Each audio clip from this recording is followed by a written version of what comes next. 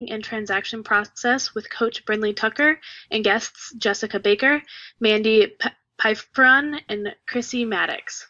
Please note that this webinar is being recorded and you will automatically receive a copy of the recording an hour after the call. Secondly, any questions that you have during the webinar, please use the questions box in your webinar taskbar as everybody is currently on mute. Lastly, if you have any administrative questions after the call, please feel free to email us at fasttrack@kw.com. That is FASTTRACK@kw.com. That's all for me. Brinley, take it away. Corey, thank you so much. We are so grateful for you and all of your help at MAPS. Hi, guys. Happy Tuesday. I am so excited for today's call. So some of you may not know this yet. In the background, we have been working very hard to ensure that our content is always up to date. And so what I decided to do, we've now had 3 launches of the Perfect Operations team. And what I decided to do this time was say, you know what? We have so much talent in our field that we need to start pulling our talent to start writing some of these courses and helping us write some of these courses. And so what I did was I pulled some of the best talent in the country and I said, hey guys, I want to help you, and if you could help me, I can help you. So what we've done is we've written the Perfect Operations 2.0. It's going to be all new content. It's going to look and feel quite different. And what we're going to do today is we're going to give you a sneak peek into the content with 3 of the most talented administrative professionals in our company. So real quick, we'll get the pitch out of the way so that we can get into the content.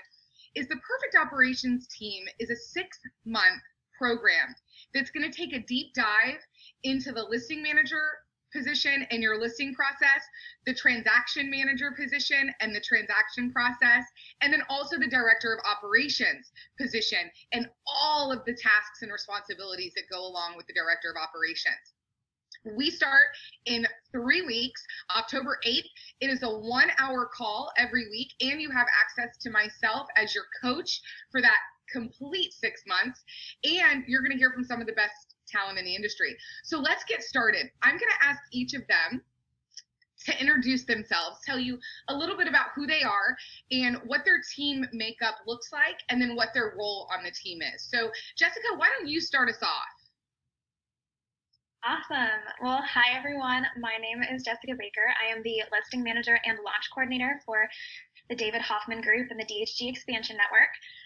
We are on track for closing around 400 homes this year. We have about 40 to 60 agents at a time. Typically, we have about 6 teams, 4 offices in North Carolina, 1 in Kansas City, and 1 in Maryland. And our admin structure is a bit more traditional with me as a listing manager, and we do have 2 transaction coordinators that split up our locations. And that's a bit of how our team is structured. So Jessica, let me ask you, as a listing manager, and I'm going to ask all of you this just to get it out of the way, because this is the most common question that we get is how many listings at a time are you handling personally, and do you have any VA or assistant help that helps you support that volume? As of right now, I know that the market has been fluctuating some. I would say I handle anywhere between 20 to 30 pre and active listings, and that just depends on, how many appointments our agents have set. I do not have any VA help right now. We just have a very streamlined system, and by keeping it all in our CRM, that just allows me to handle a bigger capacity. Which is exactly what we're going to talk about today. So that's awesome. All right, Mandy, can you tell us a little bit about you? Sure. Hi, everyone. I'm Mandy Piperone. I am a listing partner at the Logan Group, and the way our admin is structured is a little bit differently. So I actually work one-on-one with an agent and take their listings all the way from right after the consultation all the way through the contract process to the closing table. And how many sellers, Mandy, are you handling at one time, and what type of VA or help do you have in supporting those sellers? I have about around 100 sellers right now. 20 of those are under contract, and about 30 to 35 are active on the market, and then everyone else is in the pre-active process. We do have some VA support. As far as on the listing side, we have VAs that man our listings line. So all of our active listings have a listings phone number and email that for agents to go to, so that our agents aren't flooded with, agent inquiries. So we have a VA that mans that and takes care of all of those phone calls and emails. We have a VA who calls all of the showings that didn't give feedback. She follows up with all of those with calls and emails to see if we can get some feedback from those people. And we also have some VAs who help us with sending docs and amendments and some stuff on the MLS. That's awesome. Chrissy, tell them who you are and what you do. Hello, I'm Chrissy. I am the buyer transaction coordinator for the Logan Group, and I handle all the buyer transactions from the point of contract to close. We have one VA that helps send the buyer documents for us and keeps us on track with our green sheets. And there's two buyer coordinators on the team, and we usually have about 60 files apiece. We also do a lot of work with our builder division along with our buyer team. Awesome. So you guys may have heard the reason that we have two folks from the Logan Group on the call is because they run a little bit different model. They do what we call a list to close model, which we're going to talk a little bit here on the call about. And then they also have a buy side transaction. So they keep their buyers and sellers and those processes separate. So before we jump into content, we only have 30 minutes today. And it's important to me that you get all of the content that you can in that 30 minutes. So we are not going to take time at the end for questions. Here's what we're going to do instead. Ask your questions as we go along, and I will weave them into the conversations that we're going to have with these ladies. So if you have questions, put them in the chat box. I will get as many that I can get answered in the time that we have and make sure that you get value. If I don't answer, then we will do our best to get those answers to you after the call. I am getting asked if this will be recorded. Yes, this will be recorded, and anyone that registered, it will be emailed out to the individual email that registered. So let's get started. So the first thing we're going to talk about is when we talked about how to structure this call today, I said, what are the three most important things that we get asked about as ops? And when people call us and ask us for our tips and our tricks and all of that, the first question that we always get is agent communication. How do you handle your agent communication? How do you keep your agents in production, which is our number one goal as ops, and keep them out of the transaction so that they can stay in production? So Jessica, I'm going to come to you first, because something that you're doing at a high level is one-on-one conversations with your agent. So can you take us through that process and what those conversations look like? And then most important, how you hold them accountable to having them? Awesome. Well, I think it is super important to have these conversations. It is so easy to put the higher priority on talking to the seller, and I think it's easy to forget that our agent is our client as well. So just like I time block my calls with our sellers, I also time block a time to call the agents, and it's super important just because there are so many little things that they accidentally will leave me out of the loop on that they don't realize because they're busy trying to do their lead generation. They're talking to multiple clients. And so when we have these calls, I always have deliberate questions picked out. That way, when we have these discussions, I am kind of probing them all around with what am I missing, to make sure that nothing gets left in the cracks. So I always time block in the afternoon. That's when they are most available. I also creep on their calendars to see if there are any appointments in there that I should be aware of. So that way I'm not calling when they're in a buyer presentation or in a listing presentation. And it's also a better use of my time. So I usually have that every Monday, even though Mondays can be chaotic. I feel like there's so much that happens over the weekend that I'm not privy to. So it's super important to have that in my Monday afternoon so that I can also base how I need to communicate with our sellers throughout the week. Wow. There is one thing, guys. I mean, Jessica, everything you said was amazing, but the one thing that stood out to me was that you go do whatever you need to do to get it done. There's a saying of, do we want to be happy or do we want to be right? And it sounds to me that you very much run from a place of wanting to be happy. Is that right? Yes. Yes. So can you give us the structure of what that conversation looks like? Like, kind of give us the bullet points of, okay, you get the agent on the phone. What do you want to make sure that you get out of that call before you get off the phone? Right. I like to keep those calls as short as possible because I know the value of the agent's time. So when it's a new listing, I have just a bullet point list of questions. The most important thing to me is I review the files in depth before I call the agent, so I know what are actual questions. And I think it's important too that, I don't want to leave any gray area where I think I know the answer to something, but I'm not positive. So I have everything listed out, like confirming certain aspects of the home that seemed kind of vague when they submitted their file. What is their client like? So that way when we start client communications, we start that off on the right foot. What have they told their client, and what is something they would like me to relay to their client on their behalf, as well as setting up the expectation of, I'm going to talk to your client on these days. What day are you going to talk to your client as well? So that way we are kind of spreading out that communication so the client gets touched more often. And it also means that you're not the one having to do all the communication. I often get asked this, how does the agent keep the relationship with the client? And when we say that a listing manager should handle everything from list to contract, we do mean they should handle everything, yet there is still an element of responsibility on the agent to maintain that relationship. Correct, Jessica? 100%, because I can't tell you how many times in the past I've heard clients ask when they will hear from the agent next, and I like to go ahead and have an answer ready for that. So that way they know, okay, well, if your agent hasn't already reached out to you today, they're planning on giving you a call on Wednesday. And in the meantime, they ask me to give you this information. That way they always know the next steps. They feel comfortable, they have all their questions answered, and it just creates a better experience overall.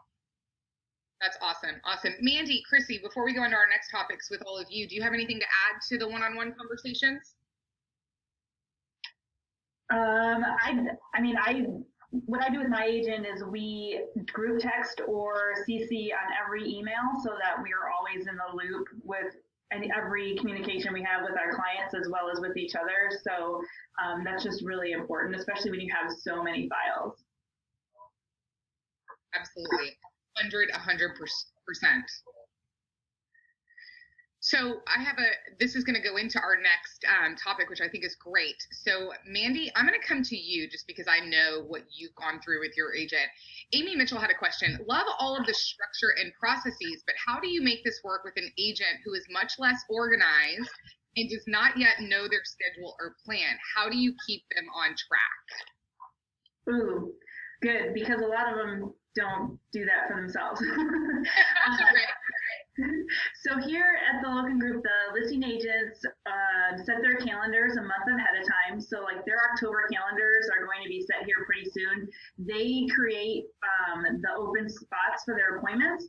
And what my agent and I have decided to do, because we've had so many files, is we actually set aside to meet Monday, Wednesday, and Friday to talk about everything that's under contract, as well as on Tuesdays to talk about our actives. So I put that on his calendar, and he's either in the office or he calls me or I call him, but I hold him accountable to that meeting because, I told him, look, I can do my job the best when I know what's going on, when you keep me in the loop, when we're talking about our files. I can't help you if you don't give me that time.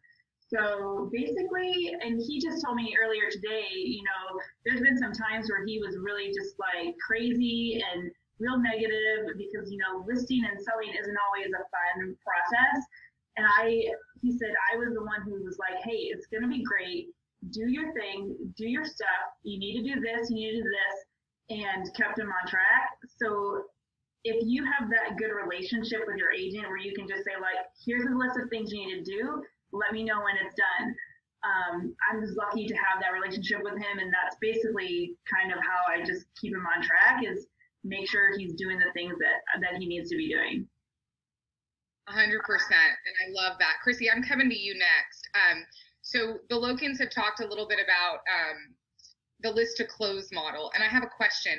Guys, I'm gonna go through the questions. Please do not have your feelings hurt if I don't answer, because we have such a short amount of time. I want to make sure that we get the most important ones answered. If you don't get your question answered, I want you to email me at Brindley, BRINDLEY @kw.com, Brindley@kw.com, and I promise you by Sunday I will answer all of the questions.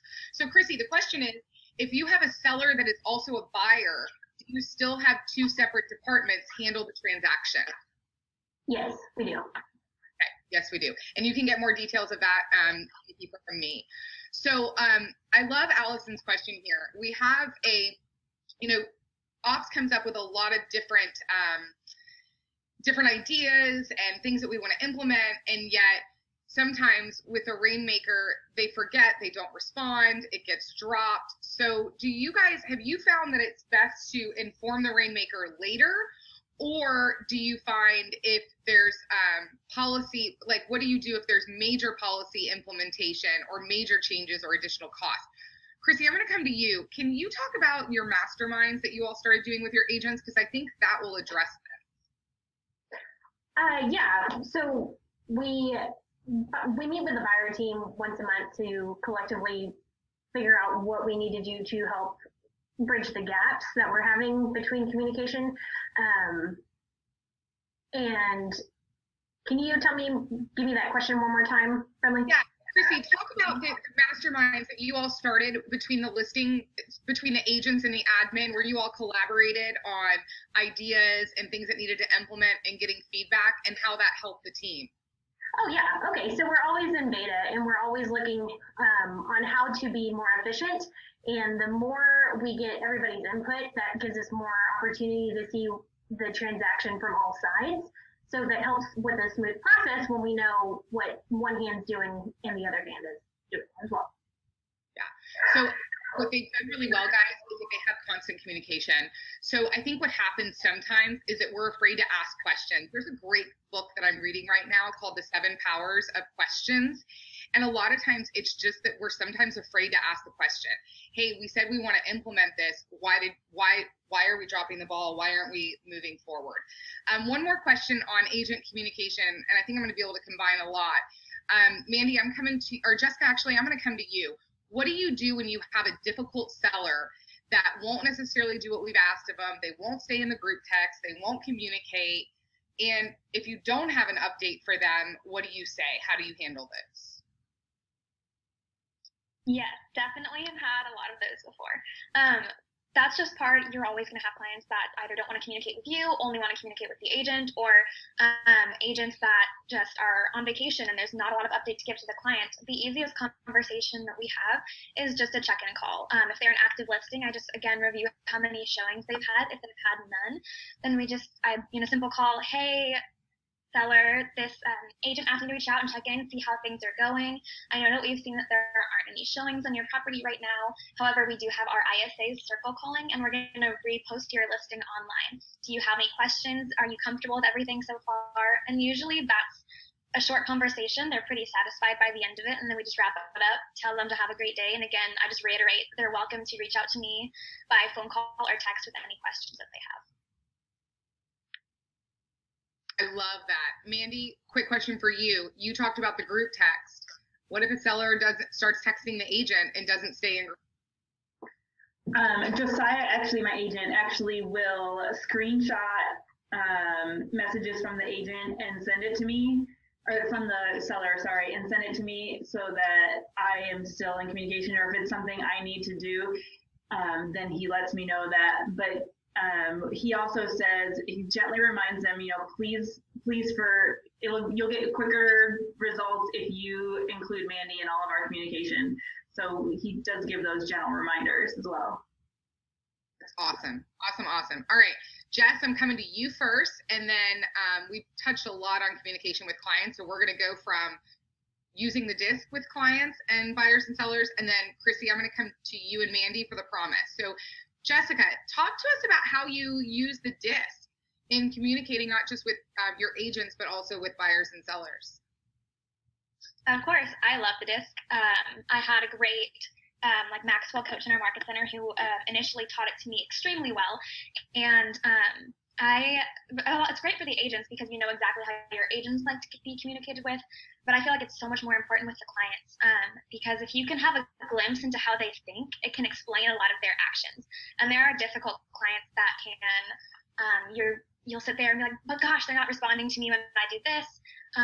But having a glimpse into, the way that they process information is so helpful. One, for us to have patience as admins, because we like to have all the details.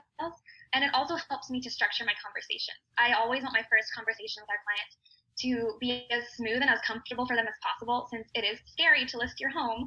So my agents always give me their DISC before I even speak with their client.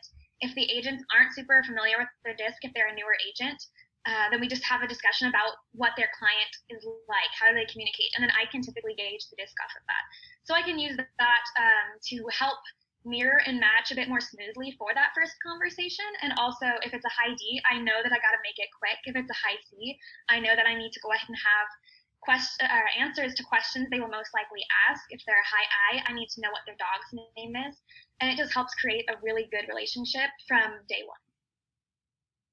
I love that. Okay, so Mandy and Chrissy, we're going to start with you, and then Mandy will have you add any additional. You all use the promise, the Mike Hicks promise, at a really high level to ensure that you're delivering a stellar customer experience. Chrissy, a couple questions around this. Number one, tell us in a minute or less about how the Locums use it. And then number two, how I always hear that the admin implement the promise very well. The challenge sometimes is getting the agents to basically tee the admin up properly. So can you talk a little bit about how the Locum Group has succeeded in that? Yeah, so we have the promise in all of our listing packets and buyer packets when they go on consultations. That gives the initial mindset for the buyers that we are here seamlessly, we're a team, and we're not an agent to assistant. We're partner to partner. That way we can help pass off a lot easier, and we're solution based. So if there's ever a problem, we do our best to come up with a solution instead of an excuse.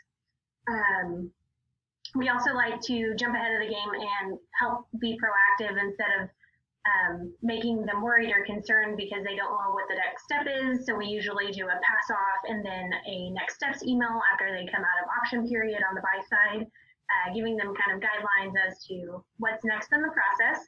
And then if something is going awry or they're uncomfortable or upset about something, we also get our client care team involved to do extra touch points to make sure the clients get back on track for a seamless closing. Love that. Mandy, do you have anything to add?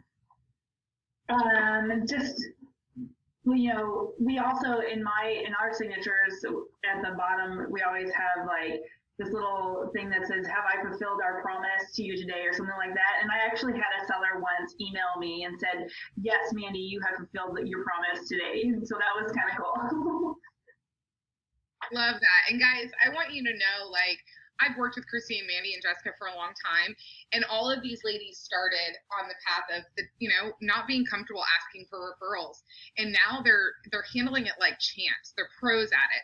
So we're going to really dive into that in our course, and so you're going to be hearing from people, and the course is going to be written on their success tips. What have they done to get comfortable with it? What have they been able to do to help contribute to the profitability of the company?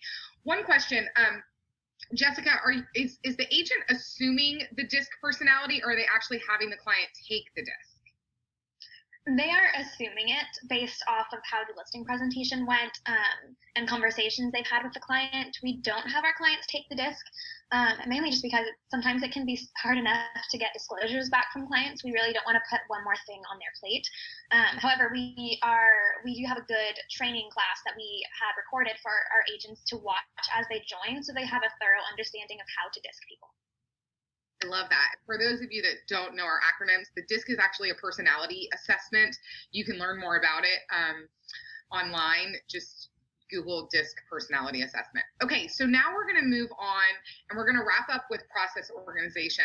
This is the second thing that we always get asked about, is how do you organize your transactions? And I'm going to throw a few questions out there, because I think that the questions will talk about everything that we actually wanted to talk about. So, Mandy, I'm going to come to you first. How do transaction coordinators remember all the details about each contract? Is it practice or a central database with all of the information? A little bit of both.